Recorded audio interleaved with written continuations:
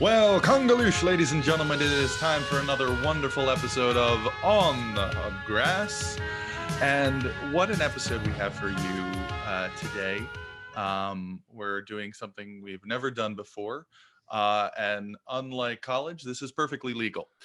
As always, I am your host, Mason Betterly, alongside my co-host, Matt Arterberry. But we have someone very special with us today. We have Josh Steele. Say hi, Josh. Hi, Josh. No, wait. I was being literal. That was good. No, it worked. It works. That's good. I'm hilarious. You'll... And as everyone will soon find out, I'm sure. So Josh has joined us today. We asked him to come aboard as we unwrap the mysteries of the society of explorers and adventurers, something that hopefully will be coming into the mainstream soon, maybe with the release of the Jungle Cruise movie coming in the next few days. Are we excited for that, everybody? How do we feel about this movie?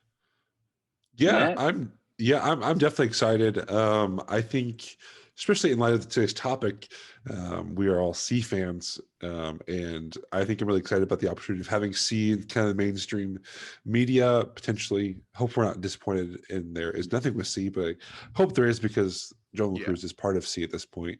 But I would say it can't be as bad as Haunted Mansion was, in terms of the most recent history of live action adaptations of attractions. So I would love to see a kind of a real big success here and have kind of akin to the success that the Pirates movies had. I think it'd be cool to see a saga per se of Jungle Cruise movies. But I'm hoping it's just a good standalone movie as well.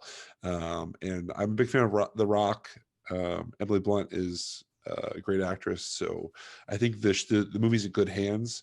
So yeah, I'm hoping it's better than Jumanji. Maybe I like the first Jumanji. What about you, Josh? I enjoyed Jumanji too. Right? Yeah. You know, I've been looking forward to it since they announced it, and even before then, when they were planning, I think it was Tom Hanks and Tim Allen. Back way back then, I was psyched about that, and then that just never got off the ground. And then when they announced this one, I was like, okay, The Rock, I'm good with The Rock. Yeah. Is that what Jungle the Jungle became? Like, did that production? No, it was more recent than that. It was, okay. This was within the last maybe 8-10 years. I would say I would have seen it, but yeah, it definitely probably would have taken a different approach. Would have been more comedic for sure. But yeah, I actually this as my belated birthday present, I rented a private theater and inviting some friends, and we're gonna go see that next week. So it's the first time back in the theater for a while, and I've been waiting for this one. So yeah, I'm psyched for it. I don't really know what to expect. I tried to kind of keep it in the dark as much as I could. Yeah. But yeah, because I was really excited. It was supposed to come out on my birthday last year, but then they moved it, obviously with COVID stuff. So yeah, I'm excited. Right. Looking forward to it. Yeah. I've been pretty much excited since it got announced. I've been hoping, and listeners will know this, or if they follow me on some of my other stuff I do. I'm very pro Disney Parks cinematic universe thing. I would love to see a situation where like Dreamfinder's sort of the Nick Fury of the group, brings everybody together. I don't know. But yeah, and I was so certain, like from the little bits of trailer and like the poster we first got, that Paul Giamatti was going to be Albert Falls, because he looked so much like him. And then they kind of explained a little bit more of his character, and I was like, oh, that's a bummer. I'm really looking forward to kind of eagle eye breaking down as much, Easter egg stuff as you can, and I'm hoping for some surprises they haven't shown us yet. So yeah. I have one friend who thinks it's pretty much just going to be beat for beat Pirates of the Caribbean, Curse of the Black Pearl. And I understand that, but I'm like, I hope you're wrong. I hope so badly you're wrong. Well, here's this though. Pirates of the Caribbean, Curse of the Black Pearl is amazing. Oh, so, yeah, it's a masterpiece. If it's not the worst comparison you could have. No. Yeah. No, that film is definitely it does give up, like, what we've seen definitely has some Pirates vibes though, for sure. Exactly. Yeah. Which is what you want in an adventure flick. But yeah. So for those of you out there who are listening and have absolutely no idea what we're talking about when we say S.E.A, or the Society of Explorers and Adventurers, let's give you a quick breakdown. So S.E.A is this Society of Explorers and Adventurers. They're sort of interconnected characters throughout Disney parks and Disney parks attractions.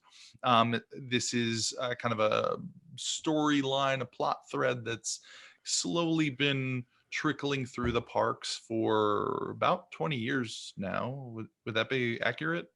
20-ish years? Yeah, I think, if it started at Disneysea, so that opened in 2002. So yeah, coming up on 20 years. Almost 20 years, okay. Yeah. So it started in Tokyo Disneysea and has sort of trickled throughout the parks, and it is a society that is kind of I don't know, because there's some. Can I stop you real quick? Oh, please. You said it was a quick rundown. I'm gonna go ahead and say, ain't no way to give a quick rundown of the S.E.A. in a limited amount of time, because it's one of those things that if you don't know, if you're not in the know, it is so hard to explain, which is kind of why I wanted to be here, because I want to see how you guys are going to do it. Yeah. Well, I wanted to kind of lead by reading their mission statement. And yes, I'm cheating. I'm just reading it off of I didn't memorize it or anything. There's no way. But apparently this is the S.E.A mission statement found at the Oceaneer Lab on the Disney Cruise Line and also at Mystic Manor. And it reads as follows: the mission of the Society of Explorers and Adventurers is to collect, conserve, and curate valuable cultural and artistic artifacts from around the world and make them available to the public in an artistically pleasing and sensitive manner. It is furthermore the mission of the organization to equip and mount socio-cultural expeditions to discover, explore, chronicle, and protect the artistic achievements of human society, past, present, exalted, and forgotten. That is kind of an awesome mission statement, and very it comes off a lot more. I don't know if this is a real word or not, but protagonistic than some of the characters end up coming off, because there are some members that don't really exude that. I was just gonna say, I think it's one of those things where it's are they all good guys? Are there some bad guys? Are they within the society? Because the further you look into it, there's some not so nice things, the way that they get these artifacts, exactly. So it's that lore, but it's at the same time it's kind of based in reality, in that kind of that duality of things. But well, and what I was gonna say is you'll probably get to this in a minute, Mason, but really the society, at least the way I perceive it, is a way that these adventurers were able to celebrate their achievements and share their achievements with their fellow explorers and adventurers. And it was sort of a gentleman's club in a way. Obviously there's female sea members, and kind of the godfather of modern day sea was Adventurous Club, which was again a big celebration of explorers sharing their discoveries and antiquities with for us it was like the outside world. Obviously the sea is much more to themselves and exclusive, but we were able to become adventurers, and we entered in that club, which that was I think about 32 years ago is when Adventurers Club first began. So there's 32 years of kind of history. Obviously the modern history of sea is about 20 years old, but that was for me the way I kind of describe it to my friends and or really family that ask what sea is it's this basically secret society of these explorers that are trying to share their achievements with one another. And Josh, you made a good point, is that mission statement obviously is the ideal, like an idealized version of the adventurers, but we know with some of the adventurers like Hightower and things like that wasn't necessarily their they live up to that oath. So you're telling me these people ask you? You don't just walk around with an "Ask Me About Sea" shirt? Because that's what I've been doing, and it's working pretty well. Well, I know I've been in the Jungle Cruise queue before, and they're like, "What is that?" Or, yeah, like people are like, "What is that? What is that logo?" You know, it's like, "Well, let me tell you about sea." And Yeah. It's definitely our Lord and Savior Harrison Hightower.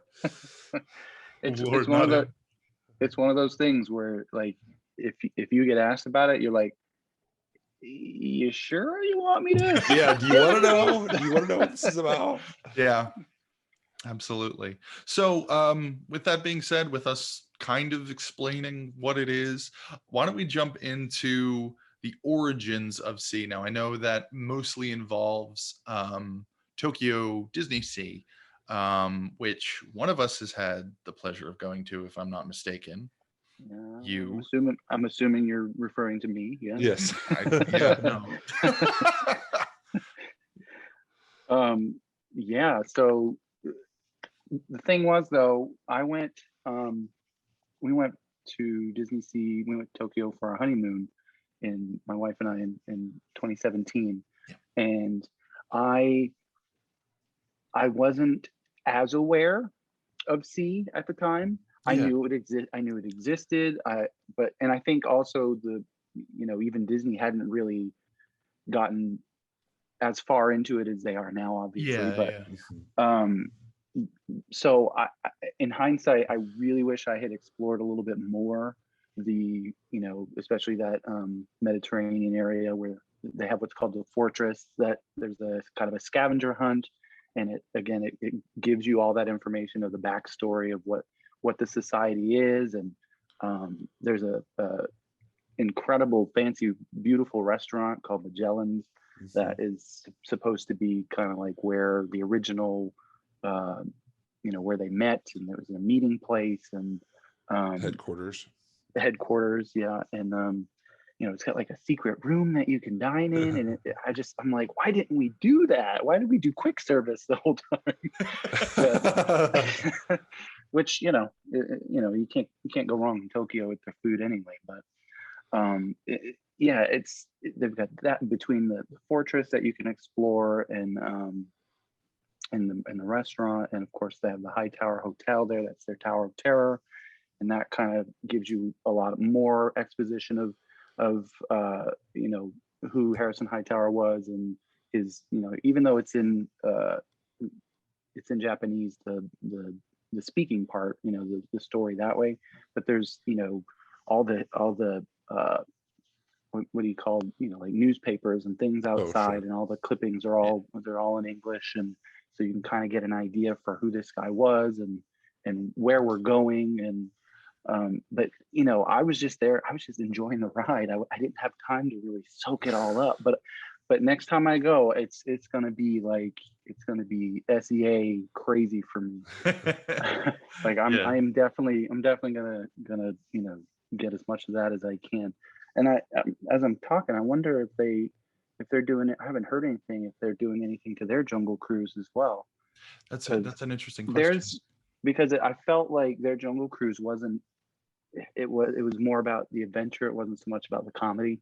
I couldn't understand what they were saying, but the reactions that were given, like our skipper was very excited and very scared and very, so it felt like she was just taking us on this river journey, like kind of how they started originally, at Disneyland, where it was just, it's supposed to be this kind of real life adventure, true life adventure kind of feel to it. So I'm wondering, I haven't heard anything about it, but I'm wondering if they might, keep it in that park and bring more of the S.E.A. to their other attractions too. That's definitely a good question. Of course, that's at Disneyland. That's not at Disneysea, but. Well, yeah, and you make a really good point too. Is I wonder if they'll ever really touch it, because, from my understanding, Disney or Tokyo Disneyland is kind of like a time capsule of the domestic parks, where they kind of had things the way they are. They haven't really updated them too much. They've obviously kept them well maintained and things like that, but they really are just kind of a time capsule for us Americans per se, to go over there and experience what Disneyland and Disney World were like before any kind of big changes occurred.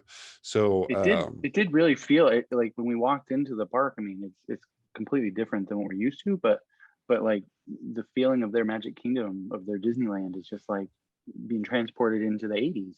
It really was. So I like that time capsule thought. Yeah, and I'm also curious, because I obviously Jungle Cruise is part of the sea now, but I really don't feel like that the actual ride itself screams a sea attraction. Obviously, the Easter eggs are all in the queue mainly, so I feel like the real attraction to Jungle Cruise is the queue and things like that, where the actual ride itself doesn't necessarily need to be super sea. And so, like, even if like Tokyo Disneyland didn't change their Jungle Cruise ride itself, I could definitely see them adding in those Easter eggs to the queue and to kind of meld those two together. Definitely. And it's, and so much of sea is in those Easter eggs. I think sea really was very far under the radar until Mystic Manor showed up on the scene, because I feel like that's where it really took a spotlight. And correct me if I'm wrong, but it had to do with Henry Mystic kind of set up this whole exhibition through sea, like for people, and that's sort of where kind of I guess is sort of the framing incident to get you in and into his his collection and his manor. Now, of course, they had to do that from, like, in a real world sense, they had to shift that, because that's Hong Kong, right? Hong Kong, yeah. Yeah. That's their version of the Haunted Mansion for cultural, because of cultural differences, and the Haunted Mansion wouldn't necessarily jive over there. But that they really worked seeing and made that sort of at the forefront of the story is really why I feel like that's sort of the turning point for C, to make that it even like bigger than it was.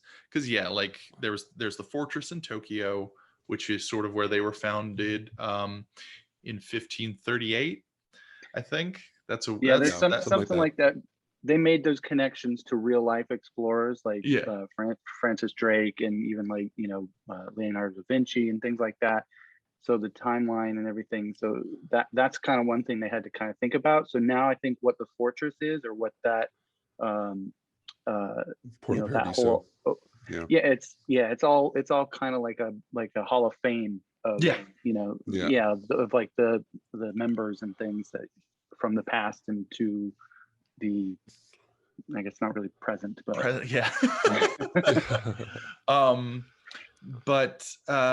but yeah, so you have that, and then of course you do have you have Harrison Hightower over at Tower of Terror, and that's one thing I do want to touch on. He is a bit more of a malevolent force, definitely compared to Henry Mystic, who seems a bit more of like a jovial, bumbling, fun guy, of course, you know, he rescued Albert the monkey. But Henry Mystic has he's a bit more tough. You see a lot of, and you made a great point, Josh, is there's a lot of visual storytelling within like the frescoes and the paintings and things. You know, glass windows. Yeah, stained glass windows, exactly. Yeah, he's not as respectful to the cultures that he's curating, smashing a lot of things, and you know, that's the story. That's kind of what ends up getting his goat at the end is the idol. That Shiriki Yatundu. Yes, which I'm trying to find a way to track down like a way to get like a little replica of that, because that thing is like super cool. They're hard to get now. Yeah, Oh, this might be a little bit of a sidetrack, but I'll make it quick. But merchandising out there, I was so disappointed. Really? Really? Yes, because this Tokyo Disneysea is, I mean, hands down the most incredible theme park you'll ever go to, especially, I mean, Disney or not, but so I expected, and it's Japan loves their merchandise. Oh yeah. You know, this theme park has an entire land dedicated to Indiana Jones. Hello. So I expected to get, you know, some pretty cool like indie stuff, or, you know, nothing. All the shops by this time were basically, they all had the same thing in them. I mean, there were little things. The only indie specific things I came home with was the picture from the ride, because their Indie Adventure actually takes your picture. Oh, that's cool. Oh, nice. And then the other thing was just a little like die cast car that was, it's like the boat that you go around the park in, but it says Indiana Jones on it. That was it. I was blown away. Shocking. That's shocking. And the reason I say that is because I too wanted like a Shiriki Tundu thing. The only thing I could find in that whole Tower of Terror shop was like a mug with it on it. Like that was it. That's so weird, because there's this shop that I found online that does ship over stuff from the Tokyo parks, and they have a little keychain of him and something else, maybe like a little mini plushie thing. But yeah, so I don't know where that's coming from, but because I just checked, because I found myself there kind of doing research for this episode, and it looked like they were still in stock, so that's interesting. Maybe it was maybe people like me complained, and we finally got some good good merchandise over there. But well, all of you that can 3D print, make sure that happens. I feel like that's like the next thing is to get that 3D printed. So someone who can model in 3D needs to make that happen. That's kind of the reason. That's one of the reasons why I do the designs that I do, is because I want to see that kind of stuff, and it just doesn't exist. So I have to make it. Yeah. So if you out there are a 3D modeler and 3D printer, please send us an email at onthecraspodcast@gmail.com. We will buy all the Shiriki Tundus. Yes.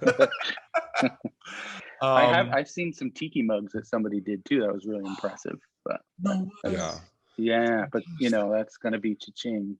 Oh yeah. Well, the tiki mug market is crazy, especially with the Disney stuff. But yeah. So I know that we wanted to also touch on something else that recently got added into Tokyo Disneysea. Now I know none of us, I don't think, have experienced that, but it's their version of Soaring. Also has to do with the society by putting in Camilla Falco. Correct. Sounds right. Yeah, because they all have very on the nose names. And she has a falcon. Surprise. So I know with hers, there's like a lot of storytelling there with her becoming part of the society, which looks a lot bigger in those art pieces than compared to earlier Yeah. stuff where it's like just a couple. It feels almost like the one in Mystic Manor almost looks like a parody of the Watchmen opening. But I know that's definitely not what they're parodying, but but yeah, it looks, there's just this large, like, that's almost like this pedestal that she's standing on while the president like swears her into the society, and there's just a ton of other people with weird facial hair standing in there. And as far as I know, the film itself isn't terribly different than the one in the States. Is that right? Do we know? Oh, I'm not sure. I haven't actually watched it. Yeah. I haven't gotten a chance either. I just assumed, but yeah. I've only seen, I remember watching the walkthrough of the queue, which, you know, had the photos and paintings and, you know, her like medals or thing, you know, yeah, all those little things. But I don't recall the actual ride. Yeah. Yeah. Well, the show building itself is beautiful, and it's you know, a fantastic addition to the skyline they have there. It's the attention to detail overseas is just incredible, as I'm sure we all know. Well, yeah. To add to what you were saying about the, you know, seems like it was much larger than what we knew of before. Yeah. I feel like that's the way it's going. It's just like the, you know, Imagineering keeps adding these things that make this club, you know, more and more exciting and bigger than life, larger than life. And like every time they add something, you learn more about it. It's like, Yeah. you know, kind of like the world of like Springfield and the Simpsons, where you're just making stuff up as you go, as the story needs it. You're like, oh yeah, we have a giant mountain here. Yeah. Oh, okay. Yeah. You know, so Yeah. that's kind of how it's just, That's a wonderful analogy. You put in what you need as you go, and you know, I think it's going to be awesome by the time they kind of wrap it all up. Yeah. Well, and I want to put a pin in that really quick, just because I want to touch on that later with something else we're going to be talking about. Because yeah, the whole story and the world of that is really expanding rapidly. It feels like right now. I think we're kind of at a high point for that brand, for the IP, whatever you want to call it. But yeah, no, you're absolutely right.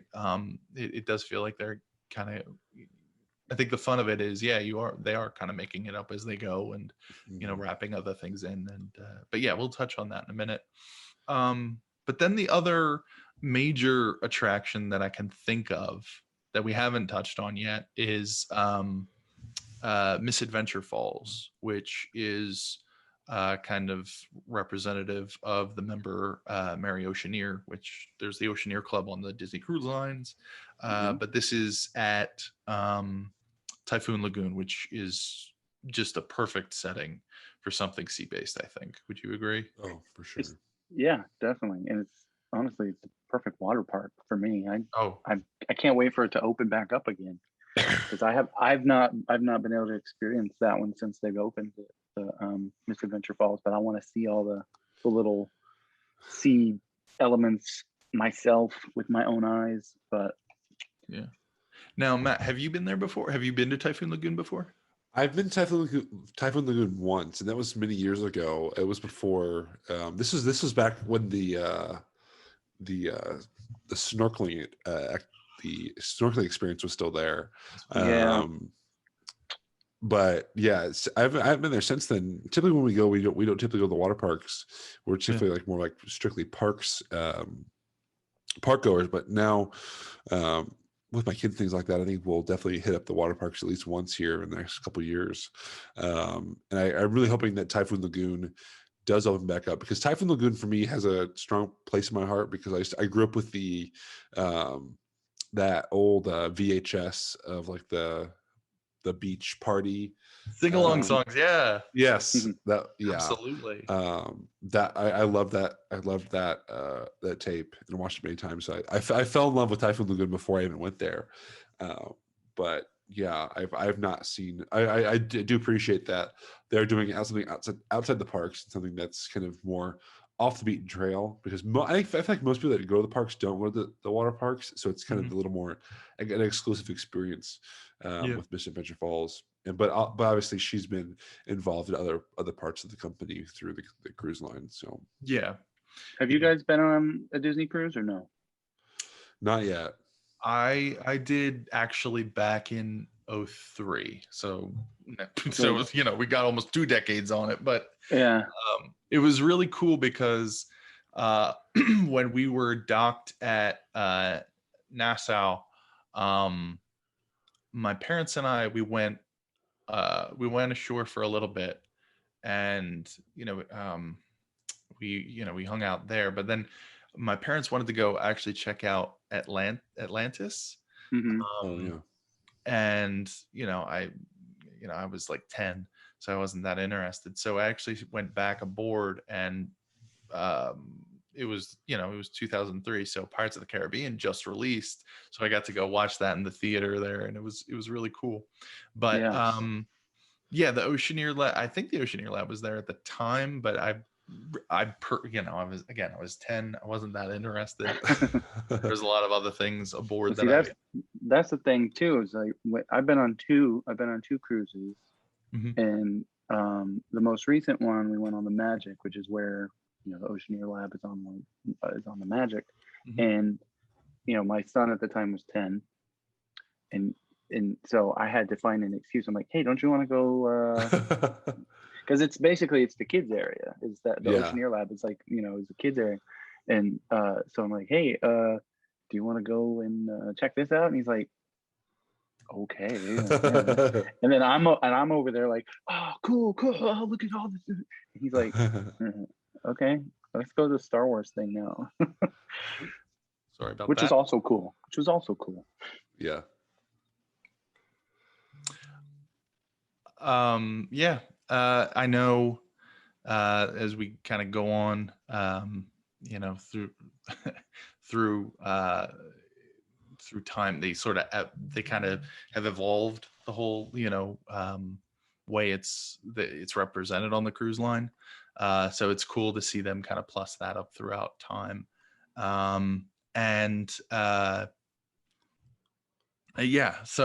I know that the cool thing about it is stateside wise, I think the Misadventure Falls is the only attraction that kind of in what's the word, in some form kind of represents a member or an associated member through audio animatronic form, because I think that her parrot is in it, and that's sort of the only physical representation. Well, I guess until recently with the new additions on Jungle Cruise. I forgot about that caveat. Of course, overseas, you have Albert Falls and Albert, or wait, no, Henry Mystic. There we go. Henry Mystic and Albert. There we go. Albert the monkey. There you go. Albert the monkey, which maybe he was named after Albert Falls. Maybe they were buddies. We named them. I think they were actually. I think that's the backstory to his name. That's actually very cute then. Yeah. I'm gonna the next monkey I get, I'm gonna name it Matt. So, oh, thanks. There we go. So I appreciate that.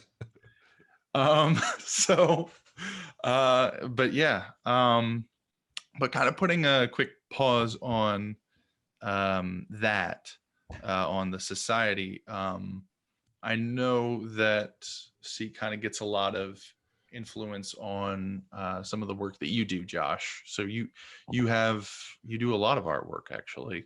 Some fantastic designs. I personally have had some stickers and stuff of yours for actually a long before we started our conversation, and long before this podcast even existed, because I think it was the Backside of Water, or not Backside of Water, Schweitzer Falls sticker was actually when I was a mailman. I had this big cooler lunchbox, and I would put stickers all over it, and that was sort of my thing. And I had that on there, and then I had, I think, Your Journey into Imagination Cool. design on there as well. Yeah, I that was the Schweitzer sticker was my first real kind of design that I did for Adventurous Project. That it was the first one that it wasn't the first one. The first one I did was technically the elephant. I have a series of Jungle Cruise based ones. It's the jungle out there. That was technically the first one. But the first one that kind of got me into, okay, this is where I'm headed with this. This is where I want to go. Was that Schweitzer sticker, and it was actually inspired by Silver Springs here in Florida. I live in Florida. I grew up in Florida. Central Florida specifically. So I was, I've always been around the parks, and I've always been around all of Florida original theme parks, like Silver Springs, Cypress Gardens, which is now Legoland. But those are all, it's part of who I am, and that sticker is actually it's basically it's my version. It's almost identical to an actual Silver Springs decal from the 50s. Oh, and I when I saw that, I was like, oh, I know what I have to do with this, and so I immediately started to work on that, and then that's kind of where we went. So but yeah, that's one of my favorites, and it's still one of the best sellers in the shop. Really? Yeah. So because I wanted to, because we do our artist vendor spotlights. I wanted to, because this is sort of how this whole discussion of you coming on to the show kind of started, was asking if we could do that. But I figured we would, at the time your show or your shop was closed for a short while you were out of town. So I wanted to wait, and then we got closer and closer to you coming onto the show, and I just figured, why don't we actually just talk about it, person to person. So for the listeners who don't know, what exactly is the Adventurous Project? So the Adventurous Project is my my love letter to adventure and all things adventure.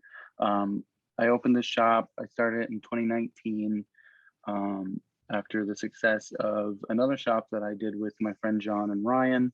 We opened a Magnetic Flux Co., which is it's basically using the designs that we already had and creating different designs that are geek and usually theme park based, and turning those into cool magnets. And we opened a shop, and it blew up. And so I decided, well, I've got a little bit of experience with that. I'm gonna try and go for my own.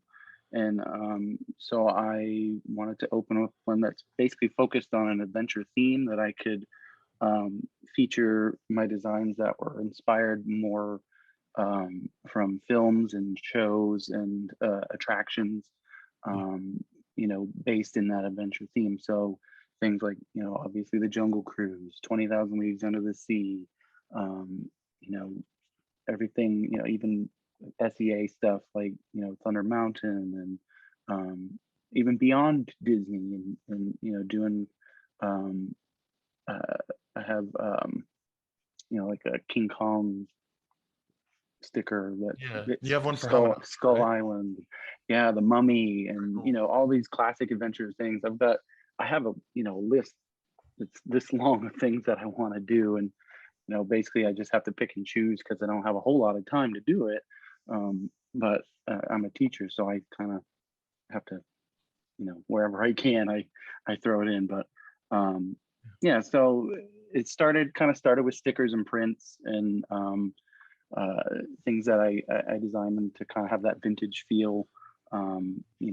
It deals with that same time period, the S.E.A. kind of time period, and that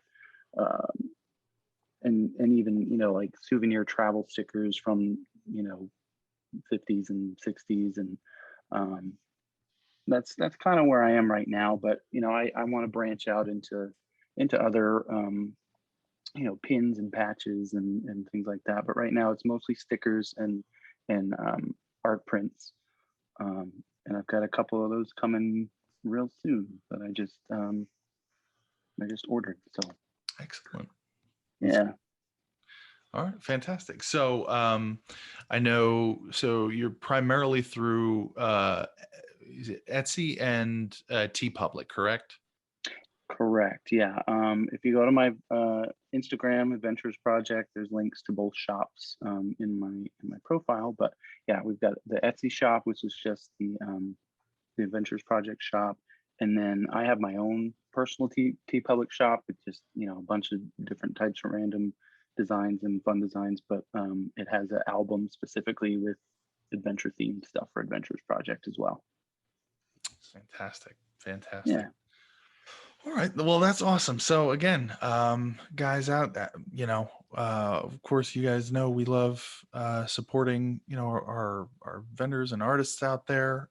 If you are an artist or vendor who are interested in kind of getting showcased on here, just feel free to reach out to us. It's just sort of a service we like to do to all those people because it's so important to support them.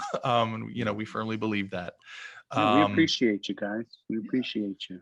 Yeah, no problem. And I would say one thing about especially having our featured vendors too is that a lot of the things you guys put out are better than what Disney's putting out, in my opinion, because I personally love things that are in universe and make me feel like I put myself into that world, and Disney doesn't really do that very much. And there's so many great artists like yourself that get it and get what we want in Disney merchandise and our ephemera and paraphernalia. So that's kind of the idea. Yeah, that's why, like I said earlier, it's like, this is something that I want to see. And so I figured maybe if somebody else wants to see it too, I'm gonna make it for me and for them too. So yeah, we love it. Really quick, just to kind of give us a quick update, I have a friend by the name of Tyler Yaney, and he actually does a separate podcast. I think it's called Popcorn Tribunal, and he actually gets to see early screenings of films. So he actually just right now, as we are on here, came out of Jungle Cruise. And I will just really quick, he keeps referring to the film as The Rock's Tiny Tugboat. But the first thing in our group text is he said Mason will love it, and he said it feels like Pirates, The Mummy, and Indiana Jones in a blender. But hold on really quick. I'm just kind of, because I've been seeing it blowing up on the side here, but he says, he goes on a little bit here. So he was at the press screening, and then he says, this is a Mason movie straight out of his brain. So I'm hoping that means I'll like it. Yeah, hopefully that means you guys will like it too, because now I'm very excited. That's awesome. He said he makes some other little mentions. Apparently there's that conquistador we've been seeing quite a bit of in the promotional stuff. He said that's very Pirates of the Caribbean like. Nice. As I feel like we kind of mentioned earlier, but so now I'm very excited, and hopefully you are too. But yeah, jumping back into S.E.A. here, of course the other big thing is there have been some retroactive connections to the S.E.A. Additions of characters that are now mainstay members of the society. The first being that I wanted to mention, of course, being Big Thunder Mountain with Barnabas T. Bullion, my boy Tony Baxter, representation.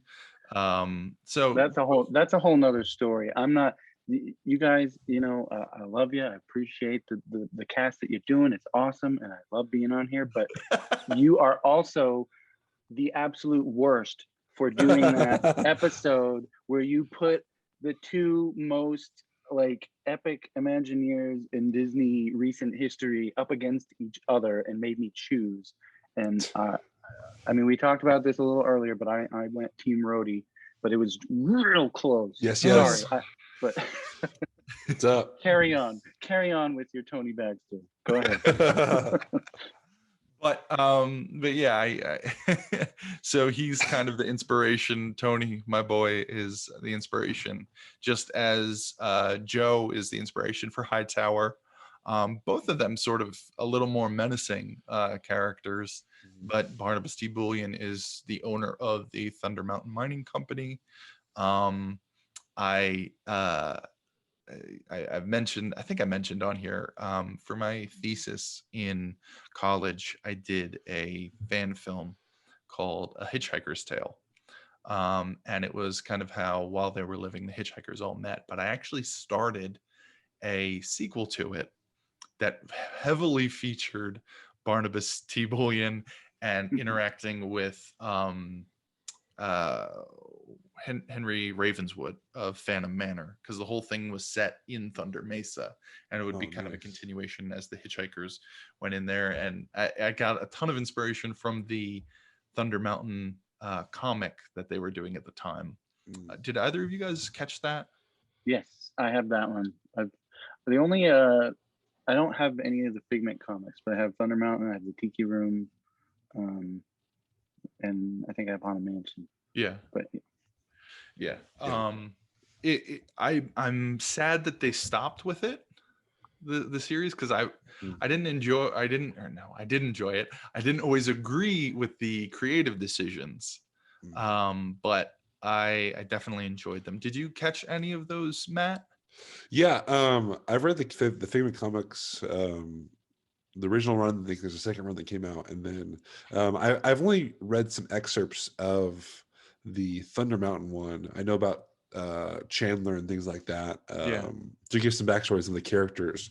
But I need to go back and read the whole run. I've only, like I said, read the few excerpts to figure out who these characters were, but I haven't gone through and like studied them in a sense.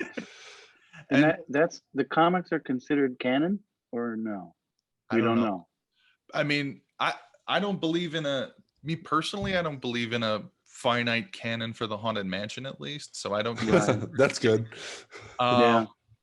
Because I think it's better that way, because I think it's better with myths and personal canons, and pick and choose what you like, especially with that one, because there's so many different characters and things like that. So, but I mean, I think it depends on if you want it, because if you like it, sure, and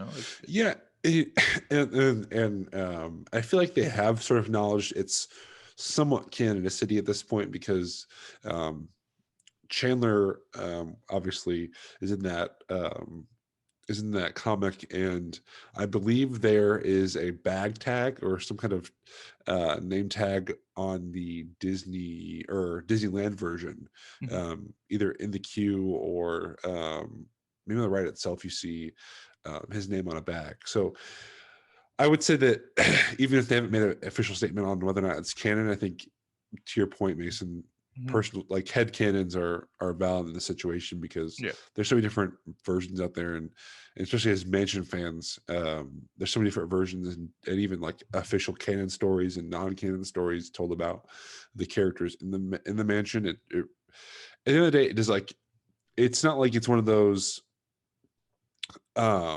like canons like Star Wars, where like it matters in a way, like what's canon, what's not canon, where this is very much like personal experience and kind of up to the writer's perception and knowledge.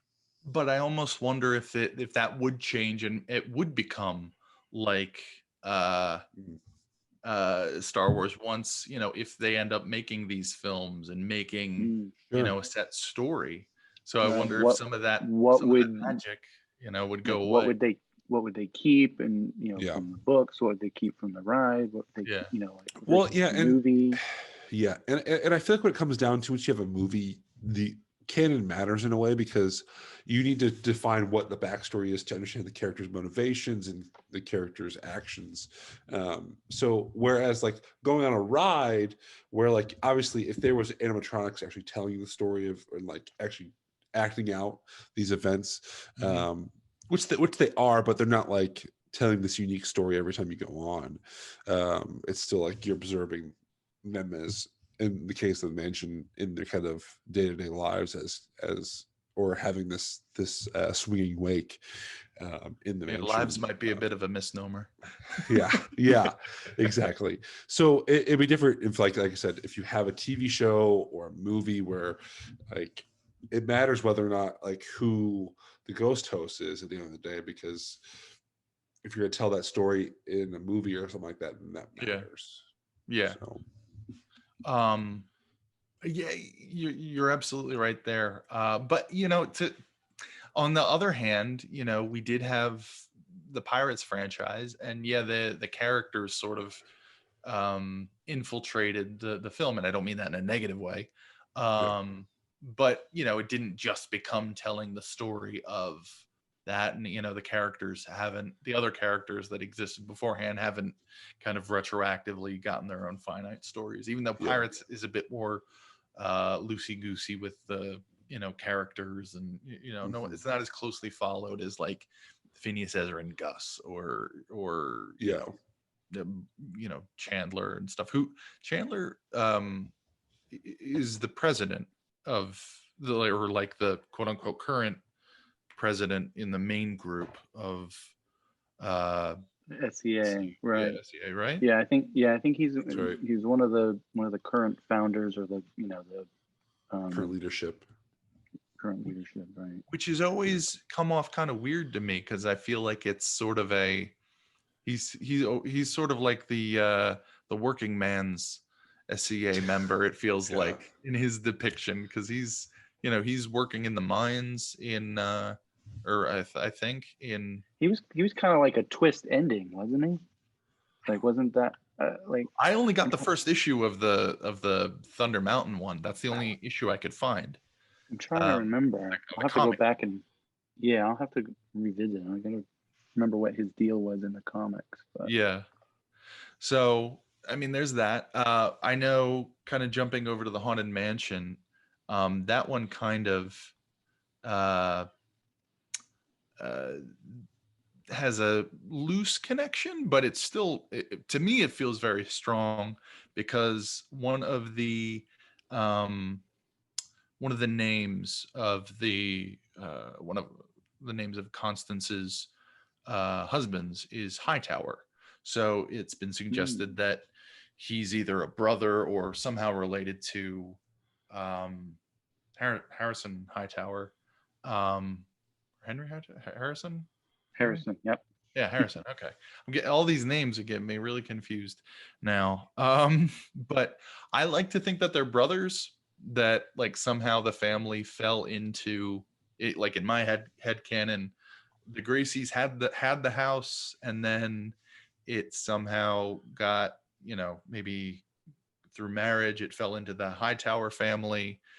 Harrison wanted to seek his fortune and all that stuff, so he left it to his other brother, and then Constance married into the family, and like she's the last person in the house now, or she would have been like the last person in the house. Now, I gotta tell you, this is the first time I've even heard that. Really? Yeah, I've not, and I don't know if I'm just reading the wrong, backstories and whatnot, or connections and whatever, but yeah, that's the first time I've actually heard Haunted Mansion is even being connected. So that's kind of cool, and I can see, it's a stretch. Get it? I told you I was hilarious.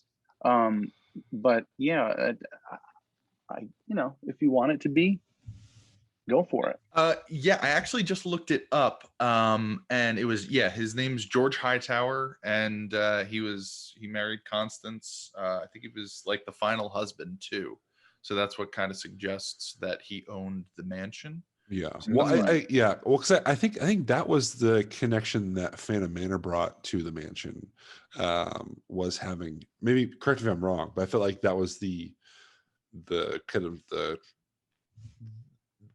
Phantom Manor was what really brought the rest of the mansions into the canon of the scene. Well, maybe I'm wrong. Oh, and I thought with that it might be through the Thunder Mountain stuff, because of how closely it's connected to. Actually, that's a fun question. Do we all kind of see there being like one haunted mansion, or these all are like separate haunted mansions that exist in the same world? Because that's that's so hard. For me, it's been kind of a, I try not to think about it, to be honest, because then I start to get all crazy about it. But because Florida and California and Tokyo all have the same story. Yeah. I just kind of assume that they're basically the same. They're being told from a different perspective, maybe, or maybe it's a different ghost host, but it's the same idea.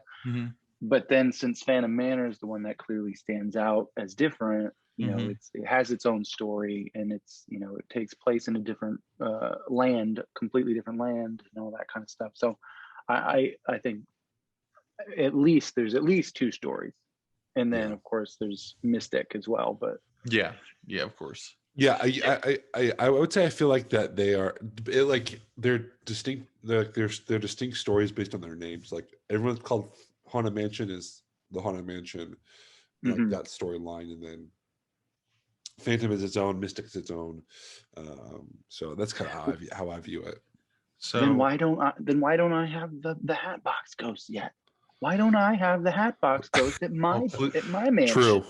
Yeah, that's see, and that's I guess that could be the smoking gun of the whole theory, because I did a ridiculously stupid like headcanon write out thing where I connected all of them. So of course the caveat being the Tokyo one and the Florida one are the same mansion. There's no difference there. But that one is set in like along the Hudson, kind of kind of as the architecture and stuff suggests. That was the first house that got built, and then the Gracies built that one. It was the whatever Gracie was kind of the patriarch at the time, sort of went crazy at the and then he started building all these different stairways going different ways and all these traps and things. That's why you have that difference of the staircase room there. Then the family expanded, and one Gracie got in. The main thing that they got their wealth from out of New York was like shipping and trade. And then they moved their trade down to New Orleans. That one got whipped up in piracy, and he had a partner at the time named, and again, this is an original character that I came up with, named Jefferson. And Jefferson and him were really close, but then he fell in love, wanted to get out of the business or get out of the trade with John Lafitte, and kind of turned his back on Jefferson. Jefferson kind of went rogue on him. They had it out, and Jefferson got into voodoo, things like this. Hold on, this is gonna tie together, I promise. Jefferson got into voodoo and wanted to get revenge on him, and started to plot against him. While he finally moved against him, and but he was thwarted by this Gracie and Madame Leota, and he was actually beheaded. So he vowed that he would come back and get his revenge. Well, they used this spell that Leota used. They trapped his head in a hat box, and that man's name was Jefferson Hatchaway. So Hatbox Ghost is like the grandfather of Constance in my head canon, and Constance is like, you took everything away from my family. We were gonna, would have had wealth and things, but you wanted to, be selfish and stuff. So her whole thing is moving through, like climbing throughout the social ladder to get revenge on the Gracies. And then, all that stuff. And then Phantom Manor also exists and is part of like the family marrying and moving west with the Ravenswoods and all that stuff. But I went really deep at one point. I went into a deep rabbit hole. It was crazy. I like it. That is amazing. You need to write that out and like put that like in a comic book or something. I wrote it almost like a study, like or like this almost like an autobiographical thing, like the history of the Gracie family begins on the moors of England in 1687. And then, you know, like little excerpts of like, for more on this, please read Baxter's Blunder at Thunder Mountain. You know, things like that. Wow. But yeah, maybe we'll publish that to our page sometime. That'd be amazing. If I actually ever, you know, if I ever actually finish it. But getting back, way back on track, and forgive the ramble, but there are connections also to pirates. I think in some of the references to Mary Oceaneer, in some of her artifacts at some point. I want to say I remember seeing in the Oceaneer Club that somewhere there was a like a Aztec coin within that club. So I think that's kind of it's probably one of the looser connections, but a big one actually, which is kind of crazy, is Atlantis. Through a couple different ways, and I think he's representing. I love Atlantis. Do you know? I have an Atlantis sticker that I've yet to release, but it's coming. Ooh, I'll take 12. I think I might have previewed it a little while back, but okay, all right, we gotta go look for that then. Yeah. Now, Matt, do you know the full layout of that? Because I'm a little fuzzy on it. I'm pretty fuzzy on it too. I know it involves obviously Milo's grandfather, and Thaddeus Thatch, which is a great name. Yes, great. Either he was it has to say there's like a connection with like the funding of expeditions, but I'm not entirely sure which other sea member was involved in that. I've seen a couple of videos, and that's why I got excited about it, because like people have made these connections. I don't know it off like rote yet. I need to watch a few more videos on it, but essentially is that Thaddeus was an honorary member, or at least was good friends with the actual inducted member, and they went on some adventures together, and there was funding involved for some of Thaddeus's expeditions. But there is, and I think Mason, you brought this up to me at one point as well, is that there are Atlantean runes within Misadventure Falls, so that can even kind of backs that up even more, is that potentially Mary Oceaneer was involved with Thaddeus, or at least involved in some of his expeditions as well. Yeah. I just think that it's the perfect backdrop. I mean, the perfect set pieces in the beginning of that film that just scream. They just scream S.E.A. So I really do hope that they, you know, somebody at least acknowledges that officially, you know, more so than just putting you know, Atlantean writing, you know, on the outside the attraction. But well, maybe we'll get Fire Mountain one day, and that'll be like an ultimate sea attraction that sort of vindicates that film. And you know, hey, did you read about this is kind of going back to Jason Chandler? I won't go on a big rant, but how he was involved with you know, and you're the Tony Baxter guy, so this has to do with you as well. But you know, that the part of the park that was going to be what was it called? Discovery Bay. Was it Discovery Bay? Yeah. And that wasn't that Jason Chandler based as well? So technically, as I understand it, so you know, again, send an email, last podcast on the left, or at gmail.com. But as I understand it, he technically supersedes all other sea members kind of in their origin, because Discovery Bay was like pitched in the 80s, right?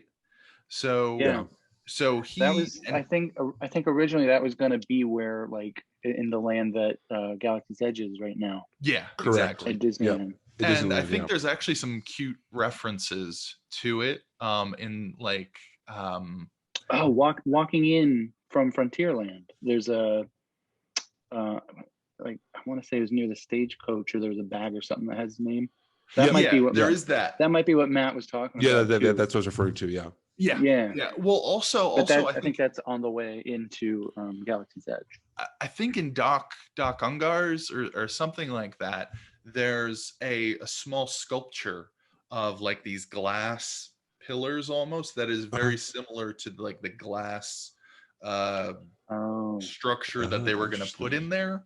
So it's been suggested that is specifically a reference to that. I don't know, but we may never know. We may know. Oh yeah, I doubt we will. But so yeah. So technically, you know, he sort of predates even Tokyo.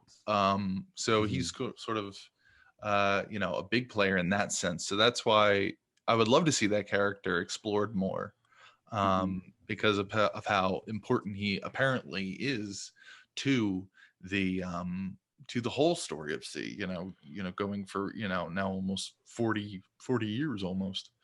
It makes kind of makes you wonder, since Discovery Bay ended up being Discovery Land in Paris. I wonder why there's no Jason Chandler there. Well, is there? Because I feel like I read something, but it's all very loose there. I don't know. Again, I've been to Disney in Paris, but I only went once, and it was before this became a real big thing. Yeah, so I went in 2005, so yeah, I didn't know anything there, and I was with like a student ambassador program, so we were just sort of getting ushered through. Like I had to like physically like just stop and plead with them to just go on Phantom Manor. Yeah, like they wanted to go into Alice in Wonderland maze. I was like, we're not. This is ridiculous. But yeah. So no, you're absolutely right that a lot of S.E.A. actually does come from Discovery Bay. Even and to that, you know, to that end, it makes me wonder if you could technically argue Dreamfinder in some way as part of S.E.A. What if he's sort of like the next generation or something like that? I don't know, because he's an older guy, but you know, in some sense, I wonder if he's got some connection. It would be fun. It would definitely be fun. It's steampunk type, you know, it's there. Yeah, no, it's definitely there. But I think some of the really cool stuff, and maybe the most well-known thing that is connected, would be Indiana Jones. I think Indy himself is an honorary member. However, Jock Lindsey is an actual bona fide member himself. Yes. Of course, we see him in the Hangar Bar down at Disney Springs. And then there's some references as well, I think, in Trader Sam's. And I know they've gone through some revisions there. But so I'm pretty sure it still exists, or the references to him still exist. I don't see why not. And is that's Sam's Enchanted Tiki Bar or Grog Grotto? Because Grog Grotto I know has stuff like 20,000 Leagues and Adventurous Club and things like that. So I'll have to ask Brandon to see if there's anything specific. Yes, yeah, absolutely. I know, because I remember listening to an episode of another show that Brandon was on. I think he mentioned it somewhere that they put that, but that's a great point. I don't know if it's necessarily, if they're, you know, mutually exclusive there. So I don't know. That's a good question. I don't know if that's West Coast or the East Coast. I know one takes place in the 30s and one takes place in the 50s. Yes. So Jock would probably be 30s. In 30s. Right? Yeah, imagine. Unless he was older, but I don't know. Old man Jock. I want to see that movie. That's who he is now. He's Old Man Jock. I've met him. He's a nice guy. Fred Sorensen. Oh, really? Mm-hmm. That's really cool. He's actually very involved with like, he had his 70th birthday there at Jock's a couple years ago, and he yeah, so that's where I met him there, and I have like a Jock's. He signed a coaster for me and everything, and yeah, it was really cool. He's a nice guy. Awesome. He's actually in the and he's pretty active in it too, in the Facebook group, the Jock's Hangar Bar Facebook group. So Really, I'm that's friends with Jock on Facebook. That's great. You got to tell him we got to get a spin-off film just for him now. It's like The Last Flight of Jock Lindsey. That'd be amazing. That's the movie I want to see. I'm really hoping that there's some kind of a cameo or something in Indy 5, with Jock. Well, I saw some footage last night from not actual movie footage, but some on-set stuff. It's interesting. I've been following that, probably too closely.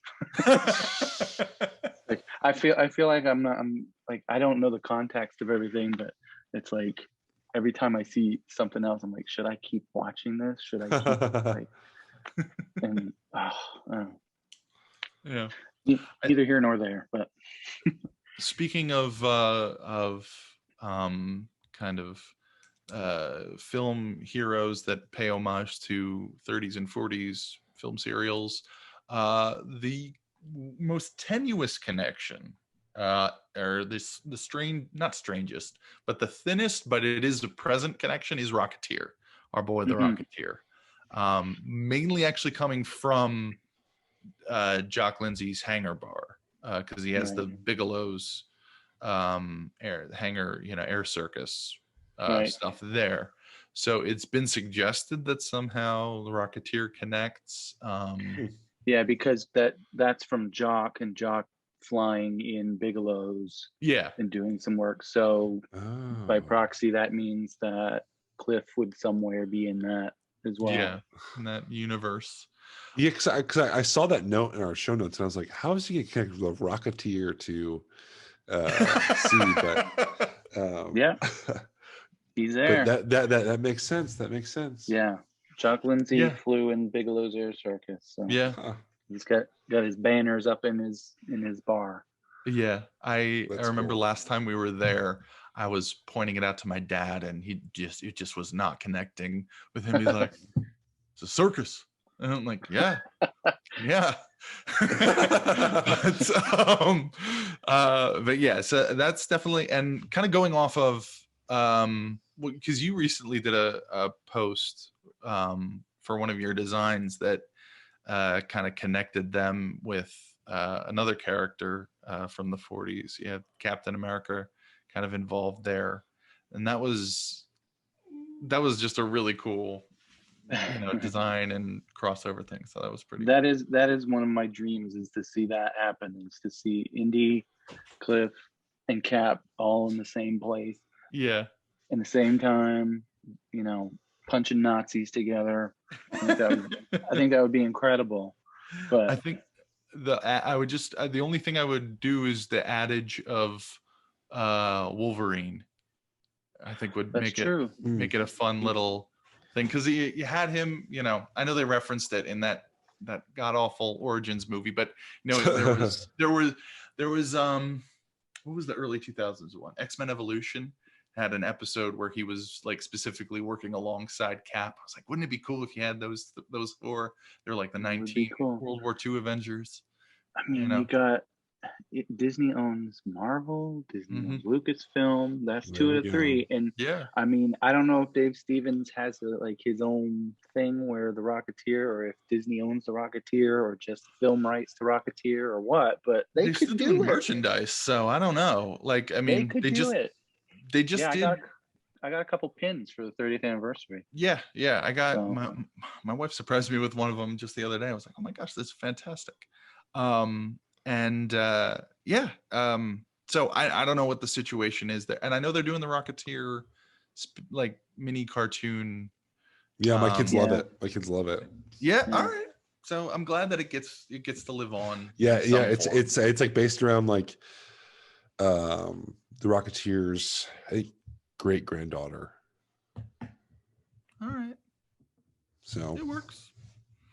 I have one that you guys maybe not have even heard of, but there is a connection here that I want to bring up. And I don't know if you've ever been here, but at Disney Boardwalk, have you been to the Boardwalk, guys? Yeah. Okay, so there's a bar there called Abracadabra.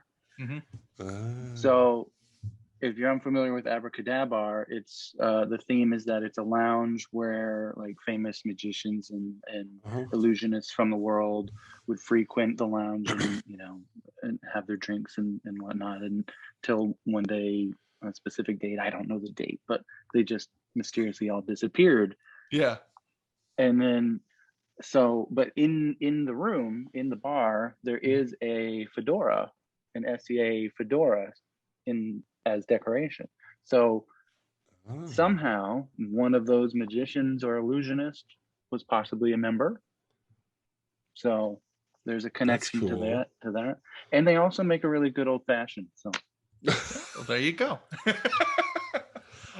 All right. So on that note, final fun question.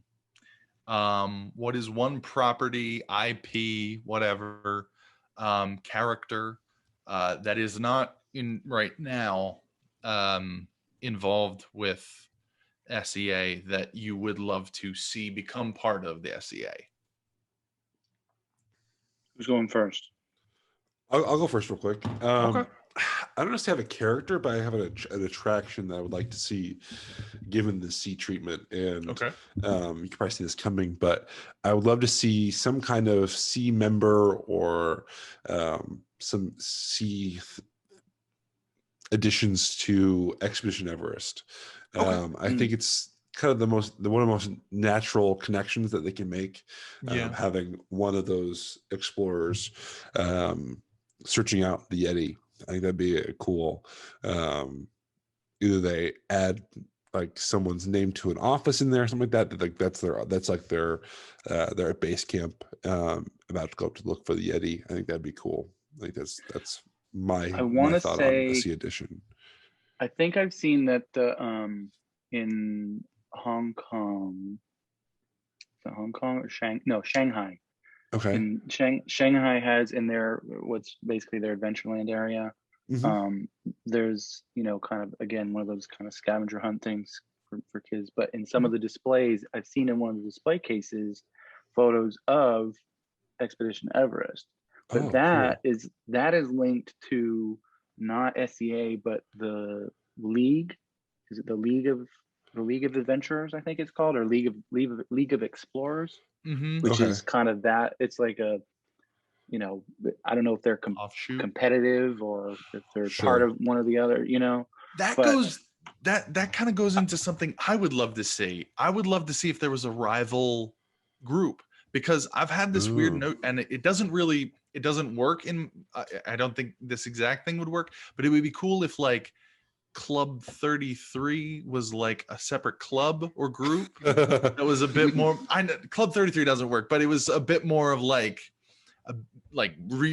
much more antagonistic and much more like kind of darker. Like you get into those weird the late 1800s spiritualism groups, or kind of like that one cult in the first Sherlock Holmes movie, or the Robert Downey Jr.